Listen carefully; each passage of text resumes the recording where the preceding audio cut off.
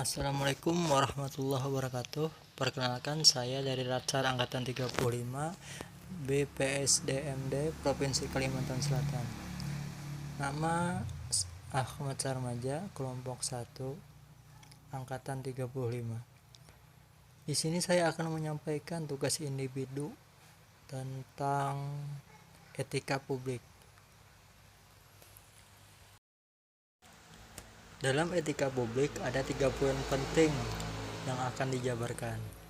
Pertama, kode etik dan perilaku pejabat publik.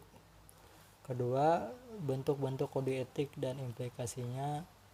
Dan ketiga, aktualisasi etika aparatur sipil negara.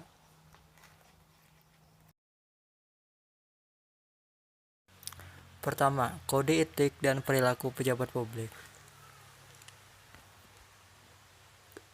Kode etik adalah aturan-aturan yang mengatur tingkah laku dalam suatu kelompok khusus. Sudut pandangnya hanya ditujukan kepada hal-hal prinsip dalam bentuk ketentuan-ketentuan tertulis.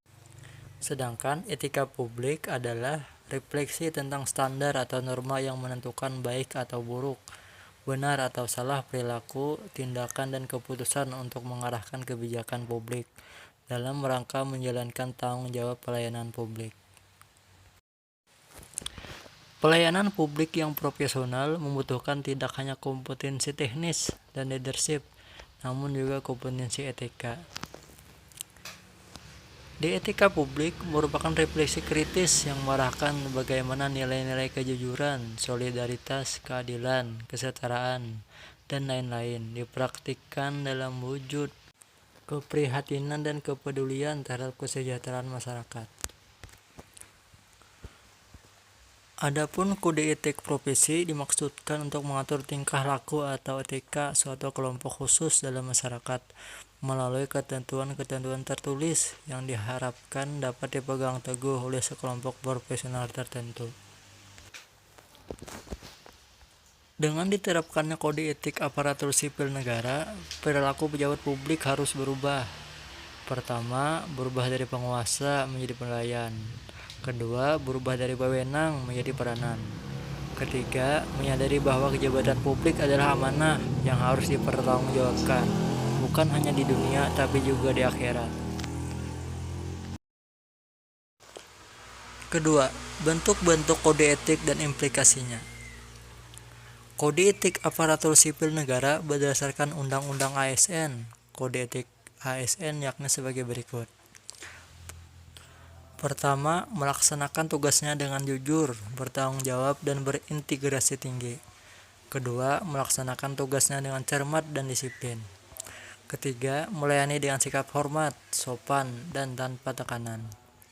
Keempat, melaksanakan tugasnya sesuai dengan peraturan perundang-undangan yang berlaku. Kelima, melaksanakan tugasnya sesuai dengan perintah atasan atau pejabat yang berwenang, sejauh tidak bertentangan dengan ketentuan peraturan perundang-undangan dan etika pemerintahan. Keenam, menjaga kerahasiaan yang menyangkut kebijakan negara. Ketujuh, menggunakan kekayaan dan barang milik negara secara bertanggung jawab, efektif, dan efisien. Kedelapan, menjaga agar tidak terjadi konflik kepentingan dalam melaksanakan tugasnya. Kesembilan, memberikan informasi secara benar dan tidak menyesatkan kepada pihak lain yang memerlukan informasi terkait kepentingan kedinasan.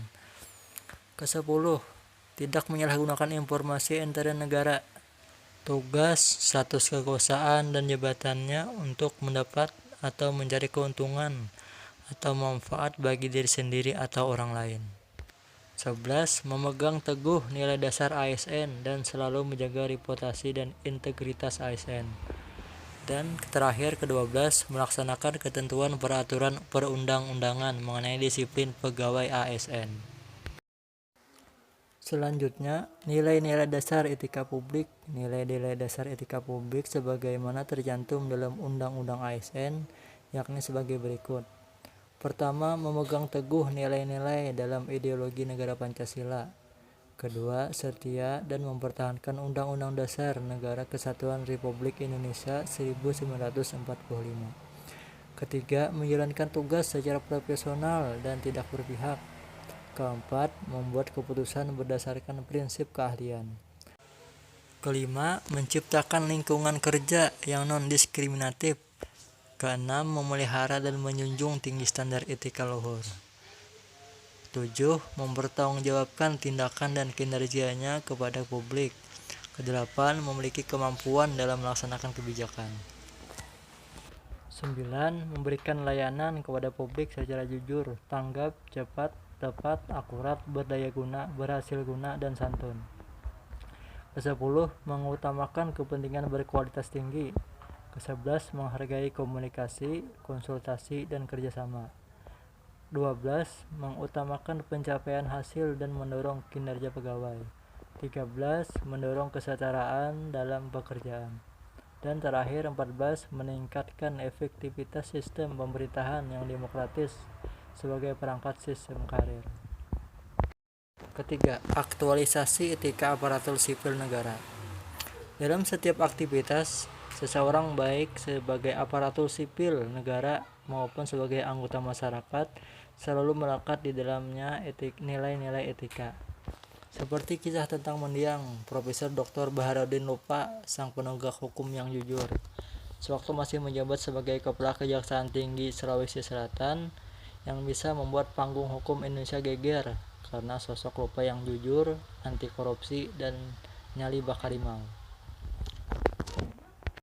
Oleh karena itu, seperti yang telah digambarkan dalam berbagai contoh kasus pada kegiatan belajar ini, maka setiap aparatur sipil negara dalam setiap kegiatan dan aktivitasnya harus selalu berhati-hati dan agar tidak bertentangan dengan nilai-nilai etika yang harus selalu dijunjung dan ditegakkan.